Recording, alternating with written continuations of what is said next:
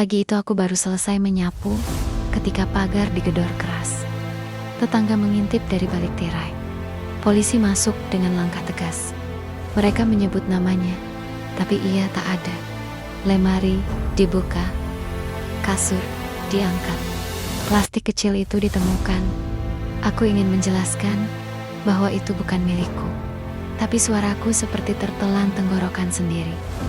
Borgol itu di pergelangan tanganku terasa dingin.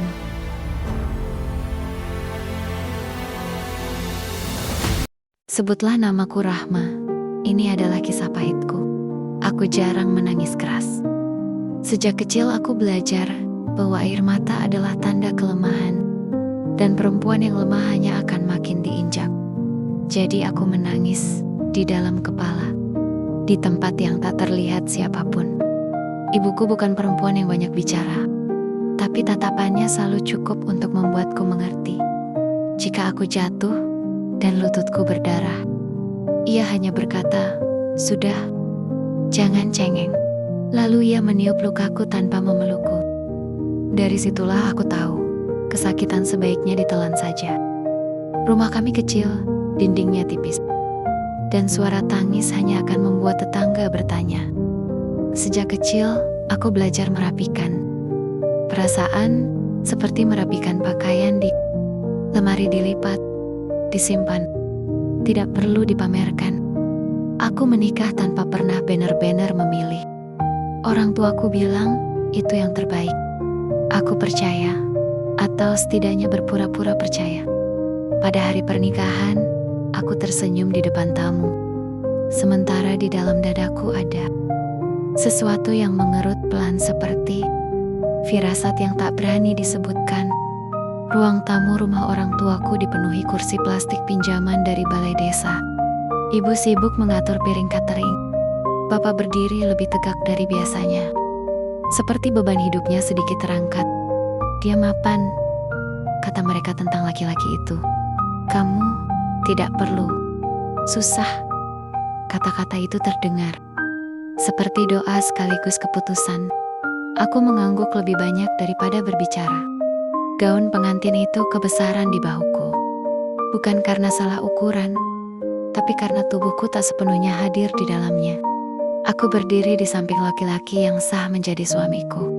Mendengar ijab kabul diucapkan lancar, tanpa ada satupun yang bertanya, apakah hatiku ikut setuju. Semua orang terlihat lega. Semua, kecuali aku.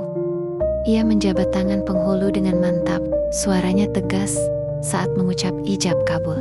Tamu-tamu bertepuk tangan kecil. Beberapa ibu-ibu berbisik memuji keberuntunganku. Kamera ponsel menyala, wajahku dipaksa tersenyum lebih lebar. Di sela kilatan cahaya itu, aku merasa seperti sedang menonton diriku sendiri dari jauh. Setelah pesta selesai, hidup berjalan seperti yang diharapkan orang lain. Aku belajar menjadi istri, bangun lebih pagi, menyiapkan makan, menunggu. Aku menunggu kepulangannya, menunggu suasana hatinya membaik, menunggu diriku sendiri terbiasa. Tapi ada hal-hal yang tidak bisa dilatih. Ketakutan, misalnya, ia datang tanpa izin, tinggal terlalu lama. Aku bangun sebelum subuh, menyapu halaman, merebus air untuk kopi. Suamiku dulu masih sering tertawa di pagi hari. Ia menelepon rekan bisnisnya sambil sarapan, suaranya penuh percaya diri. Rumah kami lebih besar dari rumah orang tuaku. Lantainya keramik putih yang dingin. Aku sering berjalan pelan, agar tidak terdengar seperti mengganggu. Lalu, perlahan, semuanya berubah. Ia sering pulang dengan bau alkohol dan wajah yang bukan wajah suami. Aku tidak berani bertanya. Aku tahu pertanyaan bisa berubah menjadi kemarahan. Dan kemarahan selalu punya cara sendiri untuk melukai. Aku memilih diam, karena diam terasa lebih aman daripada jujur. Awalnya hanya sesekali, lalu menjadi kebiasaan. Pintu dibuka terlalu keras, sepatu dilempar sembarangan. Jika aku terlalu lambat membukakan pintu, suaranya meninggi. Jika makanannya kurang asin, piring bisa terhempas ke wastafel. Ia tidak selalu memukul, tapi ketegangan yang menggantung di udara lebih menyakitkan dari tamparan. Aku sering duduk sendirian di dapur setelah tengah malam, menatap dinding yang mulai kusam. Di sanalah aku berbicara pada diriku sendiri, meyakinkan bahwa semua akan membaik, bahwa ini hanya fase, bahwa aku hanya perlu sedikit lebih sabar.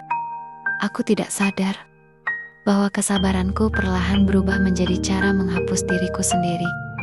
Kulkas yang dulu penuh mulai lebih sering kosong.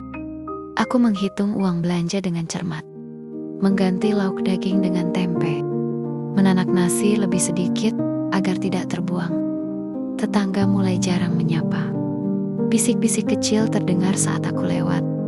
Saat uang mulai habis, suasana rumah ikut mengering. Tidak ada lagi tawa, hanya suara pintu dibanting dan langkah tergesa. Aku melihat perubahan pada matanya begitu waspada. Gelisah, seperti orang yang selalu dikejar sesuatu. Sebelumnya aku tidak tahu ia pengedar narkoba. Tapi aku tahu dan curiga, ia menyimpan sesuatu yang berbahaya. Dan sekali lagi, aku memilih tidak tahu. Bukan karena bodoh, tapi karena aku tidak punya tempat aman untuk bertanya. Teleponnya selalu berdering tengah malam. Ia berbicara di luar rumah, suaranya direndahkan. Pernah suatu kali aku melihat plastik kecil di laci meja, tapi aku menutupnya kembali. Tanganku gemetar bukan karena terkejut, tapi karena firasatku akhirnya menemukan bentuk. Aku pikir menjadi istri berarti menahan. Ternyata aku salah. Aku hanya menjadi tempat singgah dari semua kekacauan yang bukan milikku. Firasat yang dulu mengerut di dadaku pada hari pernikahan itu tidak pernah pergi. Ia hanya tumbuh diam-diam, menjadi sesak yang setiap malam menekan napasku. Dan saat aku akhirnya sadar bahwa hidupku tidak pernah benar-benar kupilih, semuanya sudah terlanjur jauh. Suamiku dulunya kaya. Orang-orang memujinya, menyebutku beruntung. Mereka tidak melihat bagaimana aku belajar menghindar saat ia mabuk. Bagaimana aku tidur dengan tubuh tegang, berharap pagi datang lebih cepat. Aku tidak tahu kapan hartanya habis, seperti aku tidak tahu kapan diriku ikut habis. Mobilnya dijual tanpa banyak penjelasan. Perhiasanku satu persatu menghilang dengan alasan sementara. Dipinjam. Aku tidak lagi bertanya. Saat aku tahu ia menjadi pengedar barang terlarang, aku tidak langsung kaget. Yang muncul justru lelah, seolah hidup hanya mengonfirmasi hal-hal buruk yang sejak lama kutakuti. Aku tidak melapor, tidak bertanya, tidak melawan. Diamku bukan karena setuju, tapi karena aku tak punya bahasa untuk menolak. Ketika polisi datang, rumah kami sunyi. Ia sudah pergi. Aku tenggel. Pagi itu aku baru selesai menyapu ketika pagar digedor keras. Tetangga mengintip dari balik tirai. Polisi masuk dengan langkah tegas. Mereka menyebut namanya, tapi ia tak ada. Lemari dibuka, kasur diangkat. Plastik kecil itu ditemukan. Aku ingin menjelaskan bahwa itu bukan milikku, tapi suaraku seperti tertelan tenggorokan sendiri. Borgol di pergelangan tanganku terasa dingin, tapi yang paling sakit adalah tatapan orang-orang. Seolah aku pantas, seolah kesetiaanku adalah kejahatan. Di mobil tahanan, aku menatap jendela dan berpikir, beginikah rasanya menjadi tidak dipilih? Di penjara, malam terasa panjang. Aku sering terbangun dengan dada sesak, seperti ada tangan tak terlihat yang menekan. Aku malu pada diriku sendiri. Marah, tapi tak tahu pada siapa. Di sana aku sadar, selama ini aku hidup bukan sebagai manusia, melainkan peran. Sel pertama yang kutempati sempit dan pengap. Bau sabun murahan bercampur keringat. Ada perempuan-perempuan lain dengan cerita berbeda, tapi sorot mata yang sama, lelah. Aku bekerja di dapur penjara, memotong sayur, mencuci piring. Tanganku yang dulu gemetar, kini terbiasa pada air sabun yang dingin. Desat, aku bertemu Yayan tanpa rencana. Aku dan dia sama-sama dipekerjakan di dapur penjara. Ia tidak banyak bicara. Kadang hanya duduk di dekatku. Jaraknya sopan.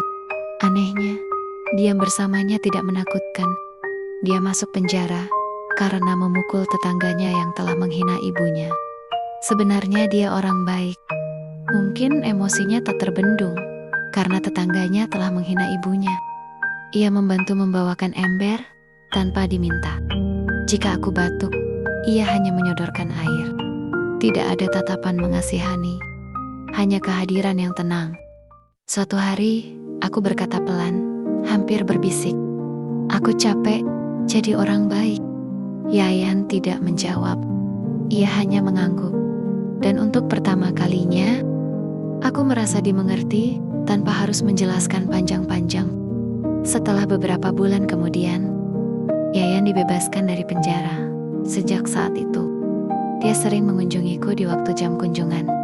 Dia begitu perhatian padaku. Dia sering memberi semangat hidup. Dia selalu membawakan makanan hasil laut yang dia dapatkan dari hasil bekerja. Dan setahun kemudian, aku dibebaskan. Aku mendapatkan remisi karena aku berkelakuan baik selama di penjara.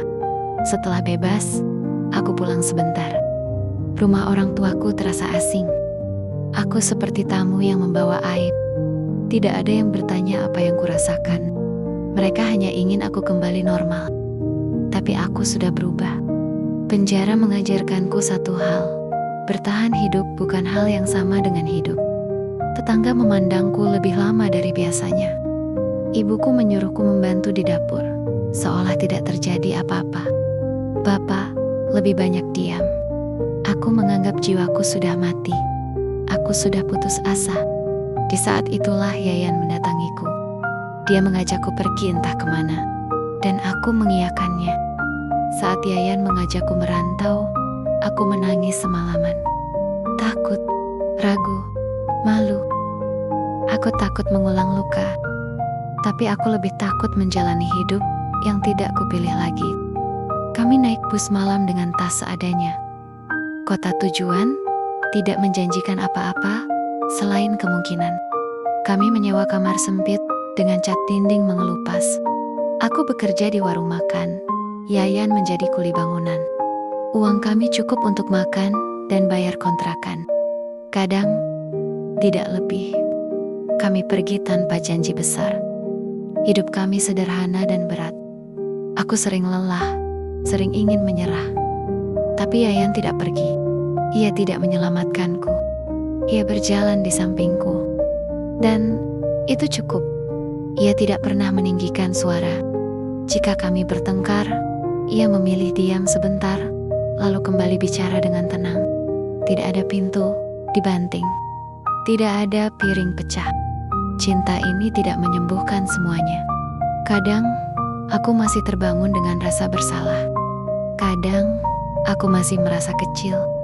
Tapi sekarang, aku tidak sendirian di dalam kepalaku. Aku belajar pelan-pelan memaafkan diriku sendiri. Bahwa aku tidak bodoh. Aku hanya terlalu lama bertahan. Bahwa aku tidak gagal. Aku hanya terlambat memilih. Dan di antara luka yang masih nyeri, aku menemukan satu hal yang dulu tak pernah kupunya. Hak untuk menentukan kemana kakiku melangkah. Jika hidupku harus dimulai dari reruntuhan, biarlah kali ini aku membangunnya dengan tanganku sendiri.